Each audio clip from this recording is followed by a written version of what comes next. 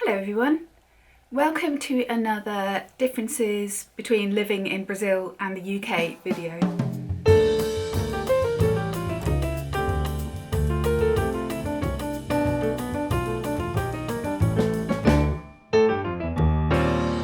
What I thought I'd talk about today is something that is a real cultural difference between Brazil and the UK, and that's all to do with time and scheduling.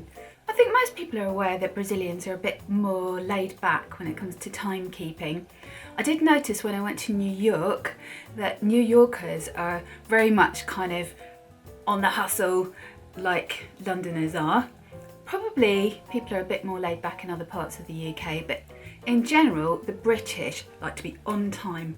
In fact, actually, in Brazil, when people give you a time for something, if it's really important that it's on time, they call it British time. They might call it English time, but they should call it British time. There are certain things that the Brazilians are definitely, you've got to be absolutely on time about. Obvious things like trains and planes, because they're not going to wait for you, are they? But also things like the dentist, because you get billed by the hour, etc. But in general, there's quite a lot of leeway in terms of whether you're on time for something or not. I think in the UK, younger people tend to be fine with people being 10, 15, 20 minutes late. Older people, not so much. But in Brazil, it can be up to an hour, really, before people start to get irritated. So as I was saying, there's certain situations that Brazilians are not okay with people being late. But things like weddings, yeah, the bride can be an hour or two late. Actually, having said that, I was 25 minutes late for my wedding. That was a whole other story to do with the hairdresser, but never mind.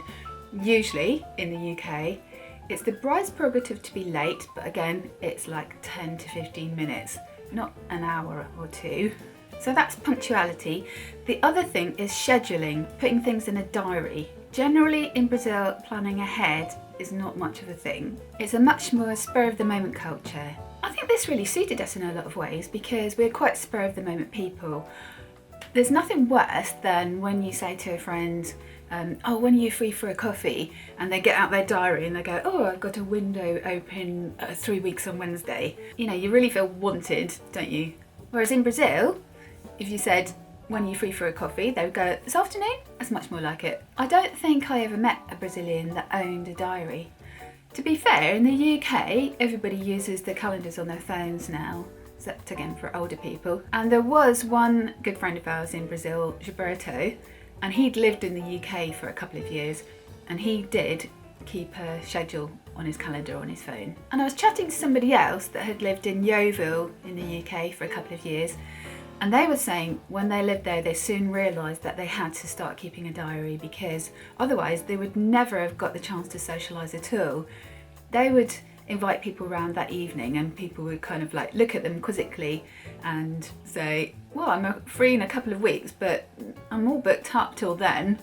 So they thought, okay, right, let's get a diary. But they were saying that initially, when they first got invited like for a barbecue or something, 2 weeks on Sunday, this one girl I was talking to said that she thought, how do I know what I'm going to feel like 2 weeks on Sunday? So that's a bit different for the Brits. It doesn't really matter what you feel like. If it's in your diary, it's in your diary. I was watching a video about the cultural concept of time. I think it was one of those RSA animated videos. If I can find it, I'll put the link here. And the person speaking was talking about the concept of time in different parts of the world, in different cultures, and that in Italy, in the ancient language, there isn't really a future tense. And the thinking behind that is, well, how do you know what's going to happen in the future? To which a Brit, of course, would reply, because it's in your diary. In Brazil, we were asked once if we'd like to get involved in a community centre project. We were running education workshops in schools, and these people that were building this community centre wanted to run education workshops from it as well. And at the time, we'd only planned to stay in Brazil for a year, which is what we did in the end. We just stayed for a year. So we were asking them what their timescale was because, it could be that we could fit it in before we went home, or we might have to say, no, I'm sorry, we can't, or we basically just needed to, plan ahead. So we asked them what their timescale was, did they have a project plan, when were they thinking of starting these education workshops, and they said, oh, we're so ashamed, we don't have a timescale plan at all.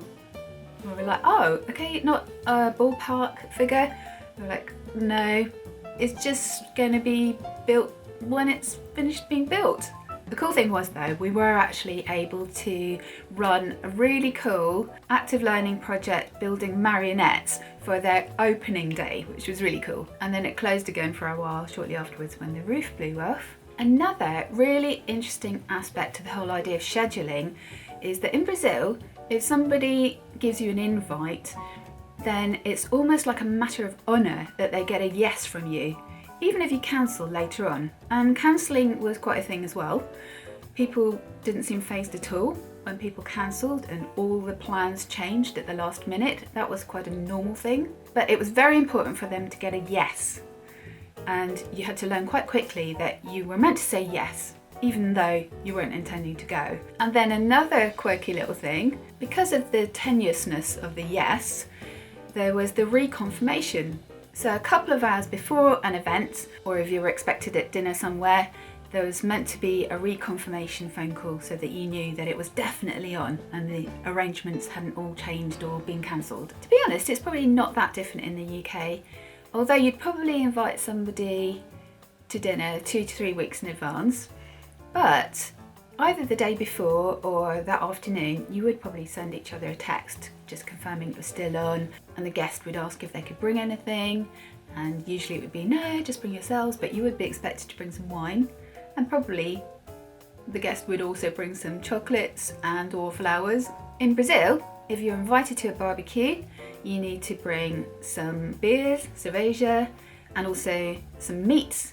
Picanha usually. If you don't bring beer, you'd bring refrigerante, which is fizzy drinks or soda, like Coke, big bottles, or Guaraná. And you'd know a barbecue was on probably 2 hours before the barbecue was happening. And the same for stag nights.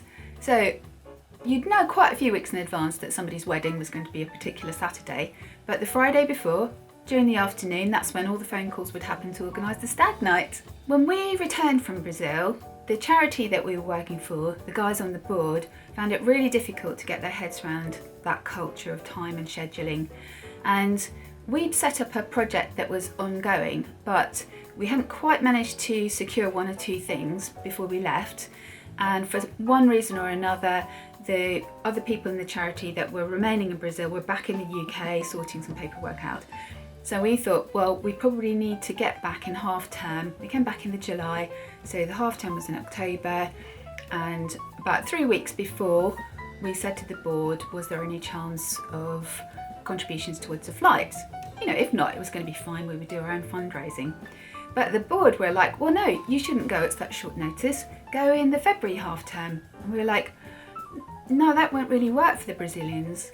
And they were like, no, it's just much too short notice for them. You've got to give them much more advanced warning. And we're like, no, that is not how it works. If we told them we were coming in February, they would go, well, contact us nearer the time. So the 3 week for like visitors from abroad is about right, really. It's more of what you call a tense flap culture, really.